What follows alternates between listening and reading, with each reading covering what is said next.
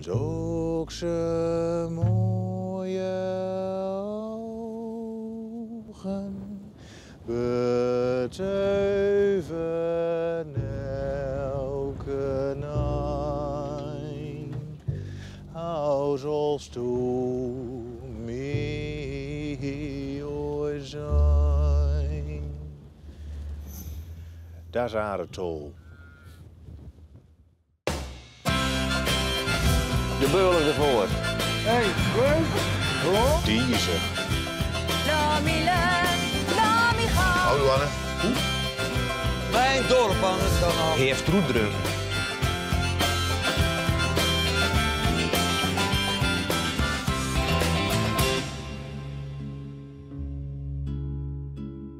Arnold Veeman is componist, zanger en muzikant.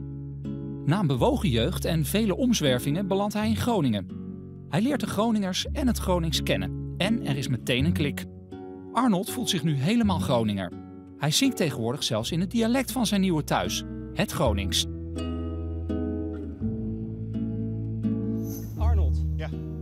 Ik ontmoet Arnold op een plek die zijn gevoel voor Groningen het beste weergeeft. Het Wad.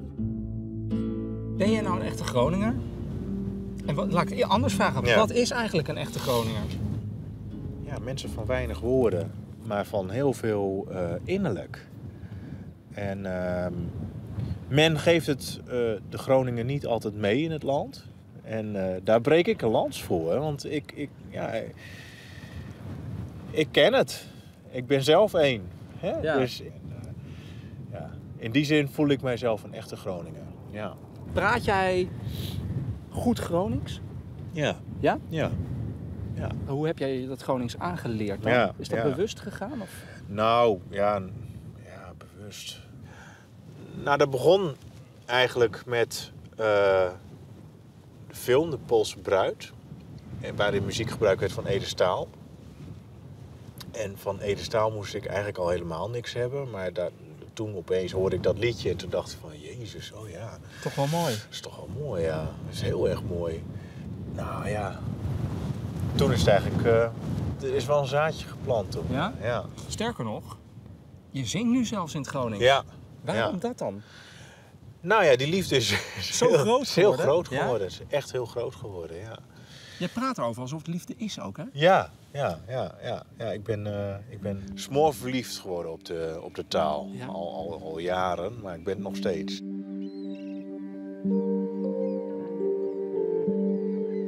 Zijn er nog voor jou bijzondere woorden of uitdrukkingen? Wat ik zelf heel mooi vind, is het woordje diezig.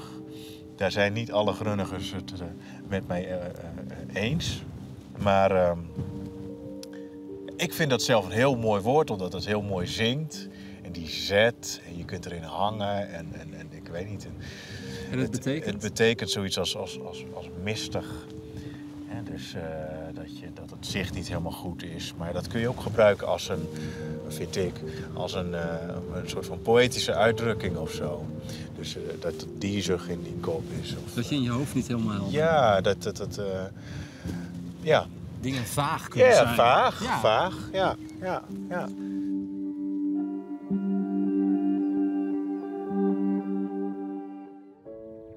Als je goed wilt integreren in een nieuwe omgeving, is het dus belangrijk dat je het lokale dialect leert spreken.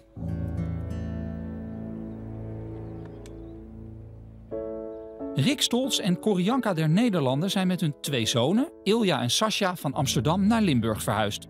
Wat zijn hun ervaringen? Toen we de knoop doorgehakt hadden om naar Limburg te gaan en we vertelden het aan mensen, toen kregen we wel blikken alsof we in Ik Vertrek of Escape to the Country-achtige ideeën mee bezig waren. We wisten dat we hier ook dat voor hetzelfde geld als een benedenwoning in Amsterdam konden krijgen. En ja, dan was voor ons de keuze wel heel erg makkelijk. Ja. Ja, de kwaliteit van leven is heel belangrijk voor ons. Maar we waren ook heel erg op zoek naar een ander leven. En we waren in Amsterdam toch wel een snel leven gewend. En we wilden gewoon al een paar jaar rustiger aan gaan doen. Een rustiger leven opbouwen, meer in de natuur. En dan ga je ook zoeken naar waar kun je dat verwezenlijken. Ja. En dus het was allemaal heel positief ook voor ons. Het was meer voor onze omgeving. Ja, die wist wel dat wij die wens hadden om meer zo te gaan leven. Maar dat we dat dan echt zo zouden echt ook hebben gedaan, dat vonden zij heftiger volgens mij dan wij. Ja. Ja.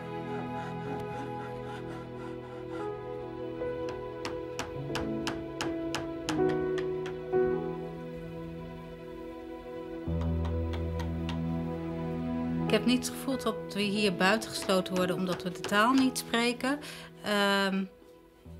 Ik heb wel een paar keer de vraag gekregen als ik ergens binnenkwam, spreek je Nederlands? En dan dat ik echt zoiets had van, ja. Maar, dan zullen we even van het accent af Nederlands praten. Help me herinneren als ik weer overstap. Ja, ik werk hier op kantoor en daar kwam je ook heel snel in aanraking met het Limburgse. Ik heb niet het gevoel dat ik echt het dialect zou moeten kennen om te integreren. Het is wel heel fijn en heel goed, vind ik ook, om het in ieder geval te kunnen verstaan. Je begint al wel wat grappige dingetjes te merken en ook dat je zelf af en toe al bijna dingen gaat overnemen. Nou, hetgene wat me het meest is opgevallen in ieder geval is dat in sommige gevallen wordt in plaats van die wordt wat gezegd. En volgens mij is dat ook wel vrij Limburgs. En dan hoor je ineens iemand zeggen van ja, die e-mail wat ik jou vorige week heb gestuurd. En dan betrap je zelf op als je inderdaad in dat gezelschap zit dat je dat bijna zelf ook gaat zeggen. Kan je zelf gelukkig nog op tijd corrigeren. Maar dat soort dingen pak je heel snel al wel mee, ja. Onbewust sluipt het taaltje echt wel binnen. Als ik denk over hoe we hier over 10 jaar zitten, dan denk ik niet dat we echt vloeiend dialect kunnen praten. Want ja, dat denk ik dat het heel moeilijk is. Maar volgens mij kunnen we een aardig woordje meedoen. En dat je in de meeste gevallen ook niet merkt dat we van boven de rivieren komen. Ik merk nu al dat ik het zangerige al wel meedoe eigenlijk. Als ik met mensen hier in de omgeving praat. De jongens die beginnen voor de lol al die taal te oefenen. Dus wij kunnen nu al wennen aan dat zij zometeen waarschijnlijk iets meer dialect of Limburgs zullen praten dan wij. Dat vind ik alleen maar goed, want zij zullen hier moeten opgroeien en hier een basis moeten leggen. Straks dan kunnen we de jongens bijna niet meer verstaan als we niet uitkijken. Dan moeten wij het van hun leren. Dan moeten wij het van hun leren waarschijnlijk, ja. Als nieuwkomer integreren in een bestaande gemeenschap gaat niet vanzelf. Maar het is Arnold Veeman goed gelukt in het Groningse Kloosterburen. Iemand die daar heel belangrijk bij is geweest is Jan Sibo Uffe. Arnold heeft door Jan Sibo het Gronings ontdekt als taal voor zijn muziek. Heren. Hallo. Hi jongen, Hoi. zijn we weer. Ja, Hi. Hi Jan Sibo. Jan Sibo. Mijn grote held en vriend. Je grote held? Door hem ben ik begonnen met de Grunnige Tol om dat dan ook te zingen. Toen maar? Ja. Hoe is dat gegaan? Ik zat ooit in een bandje en wij deden mee aan een concours wat eigenlijk een streektaalconcours was. Maar wij deden een liedje in het Engels. I hear you whisper to a virtual friend, not knowing how far or close, that depends on a weakness of strength. But you don't know what I mean, but the intention is the same. We kregen de eerste prijs. Dat vond ik heel raar. Ja. Maar een van de juryleden kwam naar me toe. Die zei van, ja, dit is zo'n mooi nummer. Dit moeten jullie gewoon in het Gronings gaan doen. Hij belde op en toen? Ik dacht, wie hebben we nou weer aan de telefoon? Volgens mij was je niet heel vriendelijk ook meteen, of wel? Ik was niet meer gezellig. Nee. Nee. Ik dacht weer zo'n klaploper die even een liedje van mij moet hebben in Gronings. Ja. Ik zeg, stuur maar op. Ik kijk wel, maar verwacht er niet te veel van. Ja, toen kreeg ik de tekst binnen en die tekst, daar zat ik nog mee te modderen. Ik dacht, ik vind het toch een beetje algemeen Engels en wat abstract. Dat moet wat zintuigelijker, dat moet wat meer naar het leven toe. Dat moet ruiken en dat moet smaken. En dan zit je met de streektaal, of dat nou Gronings, Fries, Drents, of wat dan ook is. Dan zit je wat dichter bij de doeners, bij de werkers, bij de arbeiders, bij de landbouwers hier. Je zit veel dichter bij de aarde. Je ziet de lucht boven het wat. Je ruikt het zout in de lucht. Dat zie je in het Gronings? Dat zie je in Gronings beter dan in het Nederlands. Want dat heeft een hogere abstractiegraad in zijn woordkeus. Hier zit je inderdaad aan hele concrete woorden vast. En nu in het Gronings? Eine die flüstern in die eindome smaak. En ik val die wiet voort dichtbij, dat hangt af. Zie, dat is heel anders, hè? Van die zwakte en kracht, maar ik ken die haal nooit. Maar die wenst, mag zoks breid. Als du hou, zuidjes zegt, mijn leutje lijf. Was het voor jou ook zintuigelijk, Ja, het Gronings? ja, absoluut. Omdat ik de eerste 2 jaar van mijn leven bij mensen gewoond heb waar ik een hele fijne band mee heb opgebouwd. En ik ben eigenlijk daarna elke zomervakantie daar weer naartoe gegaan. En dat was in de provincie, op een boerderij. Dus je kreeg er heel veel van de omgeving mee, van mensen die het spreken. En ja, dus ik heb daardoor krijg ik ook bepaalde gevoelens. En ja, heeft het absoluut een emotionele waarde. Ja. En als je luistert naar de klank van het Gronings... Ja. En je gebruikt die voor muziek, is dat ook anders dan de klank van het Nederlands? Ja, zeker. In het Nederlands heb je toch veel klanken met worden en kunnen. En in het Gronings heb je de mooie grap dat als je kunnen zegt, zeg je kun. Kun je wat langer zo laten. Ja, en dit is niet precies hoe je het uitspreekt, maar je kunt het met het zingen kun je het wel zo doen. En ik vind het echt een vondst. Ik vind het heel mooi om op die manier met taal om te kunnen gaan. Want het wordt in één keer veel rijker.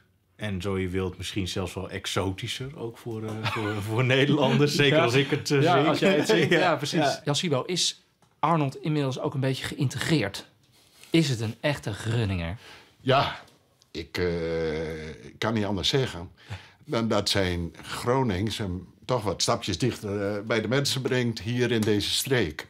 Maar taal is dus ook een belangrijk instrument om erbij te horen. Als je de taal niet spreekt, je benadert iemand in het Nederlands hier, dan hebben ze ook de neiging om dat terug te doen. Maar als je ze gelijk aanspreekt in het Gronings, dan merk je dat de connectie veel sterker is. Je bent trots, hè, ook? Ja. Zo toch? Arnold heeft zelf ondervonden hoe belangrijk het spreken van een dialect of streektaal is. Het maakt het verschil tussen erbij horen of niet. En met dit in zijn achterhoofd geeft Arnold muziekworkshops aan Groningse jongeren.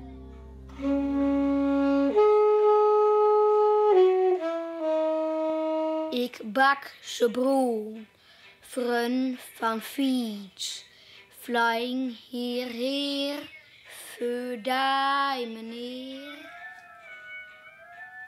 En elke nacht is welkom. Nou zingt Thijs een liedje in het Gronings. Ja. Maar thuis praat hij helemaal geen Gronings. Hoe belangrijk is het voor jou dat de Groningse taal gebezigd blijft worden, ook onder jongeren? Vind ik heel belangrijk, omdat de taal rechtstreeks verbonden is met dit gebied. Maar heel veel mensen beseffen dat gewoon helemaal niet. Maar het is wel zo. Ik heb het zelf gemerkt hoe belangrijk het is. Omdat ik heel vaak buiten het gebied terechtgekomen ben. En dan opeens merk van dat ik gewoon echt tranen kan krijgen van als ik weer iets hoor van waar ik vandaan kom. Dus dan blijkt opeens dat het heel belangrijk is waar je vandaan komt en wat voor taal daar gesproken wordt. Dus vandaar dat ik het heel belangrijk vind om dat ook door te geven aan de kinderen hier.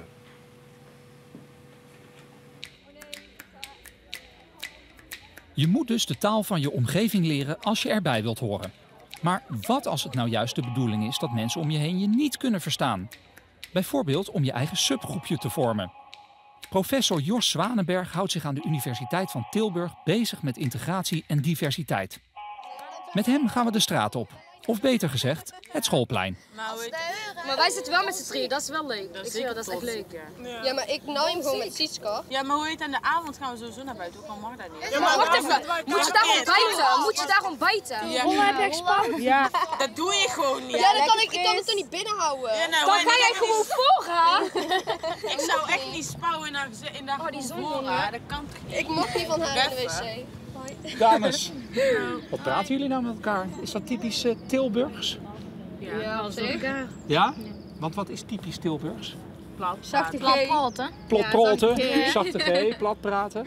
Maar als ik jullie hoor, want ik heb een stukje meegeluisterd op een afstandje, lijkt het ook wel of ik af en toe een beetje Marokkaanse invloeden hoor. Halen jullie ook woorden uit andere talen of hoe gaat dat? Ja, dat gaat gewoon vanzelf. Ja, ik kan dat niet uitleggen. Nee. Het is gewoon straattaal eigenlijk een beetje met Marokkaans en Nederlands er doorheen. Het is gewoon alles door elkaar. En iedereen verstaat. Maar het ligt aan waar je vandaan komt hier uit Tilburg hoor. Want vooral Broekhoven, waar wij vandaan komen, ja, daar praat je gewoon heel erg plat. En ja. Daar groei je gewoon mee op. Maar daar groei je mee op, gewoon op straat praten jullie dat nee, ook met elkaar? ook van thuis uit. Ook van thuis uit dus? Ja, onze moeder praat ook zo. Ja, mijn moeder ook. Gebruiken je ouders dezelfde woorden die jullie gebruiken? Ook van straat, van andere talen? Nee. Dat niet? Nee. Dat is gewoon Tilburgs, heel plat en jullie gooien daar van alles bij? Zijn er specifieke uitdrukkingen of woorden die jullie gebruiken? Ja, spouwen altijd. Spouwen? Als we bijvoorbeeld uitgaan of zo en ja, je bent heel zat en je moet overgeven, dan zeggen wij niet overgeven, maar dan zeggen we altijd spouwen en dat soort dingen. Spugen eigenlijk. Ja. In plaats van oké, zeg ik gewoon vaak saffen, maar dat heb ik zelf niet door. Saffen. Saffen. Maar dat is Marokkaans? Saffen. Ja, dat komt uit is Marokkaans. Allemaal, ja. Allemaal? Ja, allemaal is gewoon allemaal. Oh, allemaal is allemaal. Ja. Oh, zijn jullie trots ook op jullie eigen taaltje? Ja, ik zeker. Ja, zeker Dat is zelfs. gewoon trots op te zijn. Want als je met iemand uit Den Haag praat, ja, die hebben gewoon een harde G en die lachen je uit vanwege jouw zachte G en gewoon andere woorden. Ja, ik vind dat je daar gewoon trots op moet zijn. Kunnen mensen uit Groningen of Amsterdam, of kunnen die jullie verstaan als jullie plat met elkaar praten? Echt plat. Als we echt een lange gesprek hebben, ja, dan wordt het ook steeds meer. Hè. Nu En is sneller. Het, En ja, als je kwaad bent ook. Ja. Als je Ja. ruzie hebt, dan ga je juist plat praten. Ja? ja, helemaal praten. Ja, als ik boos ben, dan praat ik meestal wel echt heel plat. En dan is het ook echt gewoon niet meer te volgen. Want dan denk ik ook zo van, hè? Wat zegt zij Als je nou weer? zenuwachtig ook, ja, dat heb ik het dan. Als ik zenuwachtig ben, ga ik echt plat praten. En normaal niet. Dat is emoties uiten. Doe je dus sneller in je eigen dialect, in je straattaal? Ja, klinkt vertrouwd. Ja. Doen jullie het ook wel eens bewust om mensen buiten te sluiten? Nee, maar... Jawel, zeker wel hoor. Jij dan, jij. Ja, vertel eens. Meestal verzin je dan gewoon iets, zodat als er jongens of andere mensen bij zijn, dat je dan gewoon met vriendinnen afspreekt, nou dan zeggen we zoiets of zo. Is het moeilijk om te leren? Ik denk dat straattaal zo tussen elkaar door, weet je wel. Dan Marokkaanse woordjes, dat wel. Maar plat Tilburgs, dat zul je echt nooit kunnen leren. Nee, dat Vooral denk niet ik omdat ook je hier niet niet. vandaan komt. Nee, maar... Jos, wat horen we hier nou voor dialect, wat die meiden met elkaar praten? Nou, wat je hoort is eigenlijk niet het authentieke stads-Tilburgs. Je hoort een soort van Brabants in de mix. Veel Tilburgse klankkenmerken en bijzondere woorden. Maar ook een Marokkaans accent of een Marokkaanse term die daar dan tussendoor gaat. De dialectwoorden die ze gebruiken, die zijn niet het echte diepe Tilburgse dialect. Wat is dat? Ja, nou, daarvoor zou je naar het bejaardenhuis moeten gaan. Dat is het dialect dat door de vorige generaties werd gesproken. Dat nog echt van de stad is. Dat anders is als we 5 kilometer verderop zouden gaan luisteren. Ja? En dan hoor je al de lokale dialectverschillen. Per wijk bijna? Nou, zeker. Zeker hier ook per wijk. En mensen konden van elkaar horen uit welke wijk ze kwamen. Dat is inderdaad op hele kleine afstanden al verschillend. Dat oud-Tilburgs, hè? Kun je daar wat voorbeelden uit noemen? Typische woorden uit dat taaltje? Ja, zo'n zinnetje zoals ziek zeg, dat ziek zeg. Dat ziek zeg? Ja, dat is een zinnetje dat betekent ik ben ziek, zeg ik. Oh, dat zie ik, zeg ik. Maar dat kun je dus echt niet volgen. Je kunt Nee, precies. Hè? Dus in die zin is het authentieke Tilburgs best wel moeilijk. Ja. Dat hoor je. Ja. Wat zij nu met elkaar praten, hè? Waarom praten ze dit met elkaar? Waarom ontwikkelt zo'n straattaal zich? Ze laten zien wie ze zijn, wie ze graag willen zijn, bij wie ze willen horen. En dan moet jij deze taal spreken als jij van deze vriendinnengroep wil deel uitmaken. Nu zie je dat voor deze taal er heel veel woorden van uit allerlei culturen komen. Wat gaat dat straks betekenen voor het Nederlands? Het Nederlands heeft natuurlijk heel veel leenwoorden. En die leenwoorden die komen al eeuwenlang het Nederlands binnen. Daar is een taal eigenlijk heel goed tegen bestand. En wij houden behoefte aan het uiten van regionale identiteit. Naast al die invloeden uit de hele wereld. Het is niet voor niets zo dat deze versie van straattaal Tilburgs klinkt. Heel anders dan in de Bijlmermeer. De avond valt in Kloosterburen. Ik ben in het plaatselijk café waar Arnold Veeman gaat optreden. En ik ben benieuwd wat zijn dorpsgenoten nou eigenlijk van hem vinden.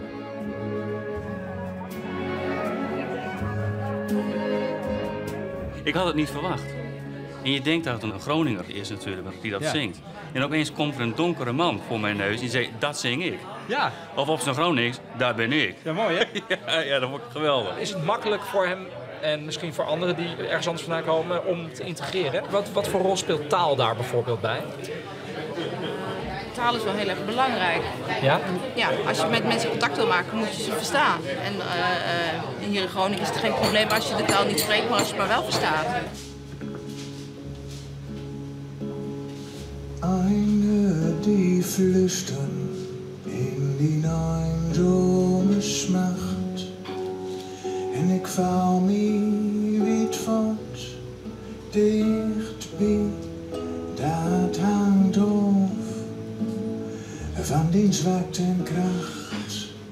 Maar ik ken die hou nooit meer, die winst nog zo breit. Als du al zuidjes zegt, mijn leutje lijf. De eerste keer dat ik hem zag, ik dacht bij mezelf, ik zag Arnold gewoon. En er kwam inderdaad plat Gronings uit en ik dacht bij mezelf, oh, wauw. Mooi hè? Mooi, dat is gewoon mooi. Iedereen zegt dat Gronings heel bot is en hij brengt het heel zacht. En dat vind ik het mooiste van zijn zang. En die noodkeek wordt dof. Smook van zijn gewoon op die ogen afsloot. Zegt zijn woord zijn wies. En laagst die laag binnenuit. Kool is tot heen mooi. Het verleden en het geluid.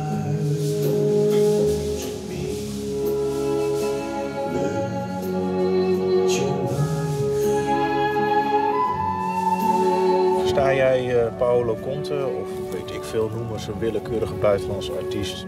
Maar je voelt het wel. En dat is nou precies waar het mij ook om gaat. Hij schoof naar de tap en stook door in de lucht.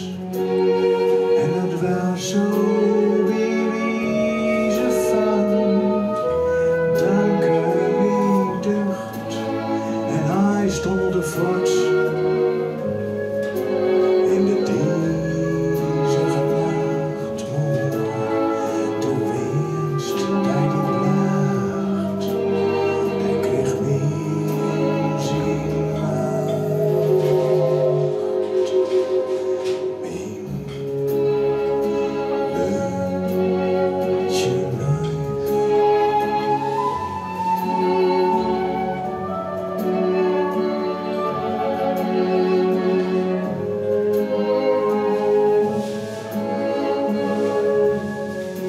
Ja, ik ben echt smoorverliefd geworden op de taal. Ja. Al jaren, maar ik ben het nog steeds. Ja.